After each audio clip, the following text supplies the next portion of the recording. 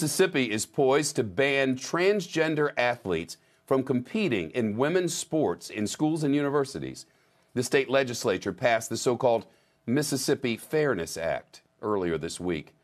Last night, the Republican governor, Tate Reeves, tweeted that he would sign the bill, writing, and I quote, "It's crazy we have to address this." Mississippi isn't the only state debating this issue. Idaho passed a bill banning transgender women from competing in women's sports last year. But a federal district court has suspended the law, and it's yet to be enacted. Across our nation, at least 26 states have now introduced similar bills, mostly in Republican-controlled state legislatures. Gabby Orr now, she's a national political correspondent for Politico and has a new article out today titled GOP Seizes on Women's Sports as Unlikely Wedge Issue. Gabby, thanks for being here. I don't know why it's unlikely. Doesn't this fit a pattern? Keep the gaze down legislation in state after state in the Bush 43 years. That legislation got the right to the polls. Now it's transgender. Use the thing voters fear or don't understand to scare, inflame, divide, and inspire them to go to the polls. Nothing new here.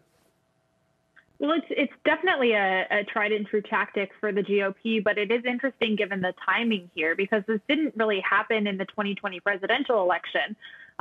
Former President Trump was urged by some of his advisors to talk about transgender issues, and he actually declined to do so, not thinking that it would help. And Karl Rove, one of the people behind that 2004 strategy that you mentioned, was advising him throughout the 2020 race.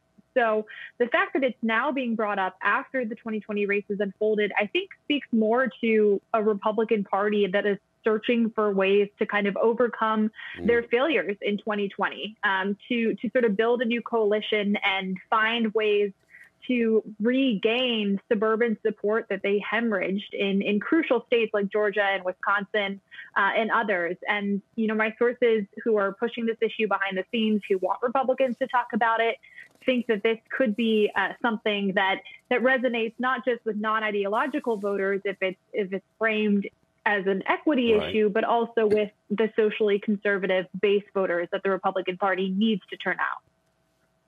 But do you wonder if this might backfire? I mean, the country and the suburbs that you talk about seem to be moving in the direction of inclusion. Could moderates be turned off by this? They absolutely could. And that's the risk that a lot of Republicans who are talking about this issue right now run, the more that they bring it into the fold. I mean, we've seen some of the most vocal voices talking about this in the GOP are Marjorie Taylor Greene and Ted Cruz. Those are not necessarily popular politicians with moderate voters, much less suburban women. And so it does run the risk of backfiring on the GOP at a time when we have really seen the country trend toward, supporting anti-discrimination laws, including Republicans. I mentioned a PRRI survey in this story that found that majorities of Republicans in 2020 actually supported anti-discrimination laws. Very interesting. Gabby Orr, thank you. Shepard Smith here. Thanks for watching CNBC on YouTube.